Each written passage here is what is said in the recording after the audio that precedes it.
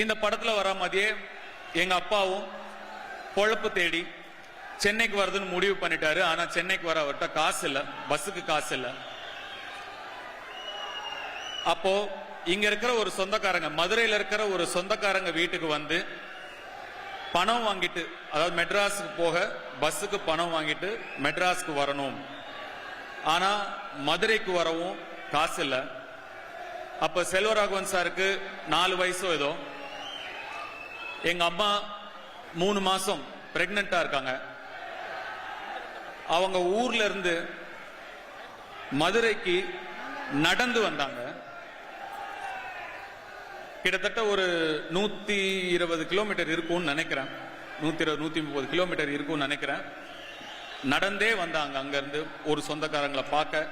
அப்படி எங்க அப்பா பிரெக்னண்டா இருந்த எங்க அம்மா கால் கடுக்க நடந்து வந்து ஏறின மேடை தான் இந்த மேடை.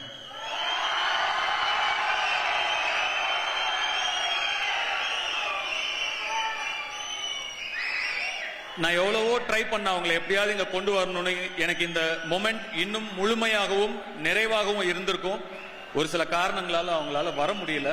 இங்க இருந்து அங்க இருந்து கை தட்டிட்டு விசில் அடிச்சிட்டு இருக்கிற நீங்கெல்லாம்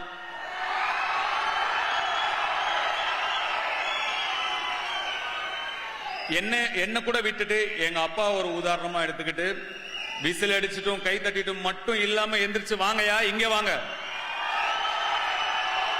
வரணும், உழைக்கணும், உழைச்சு இங்க வரணும்.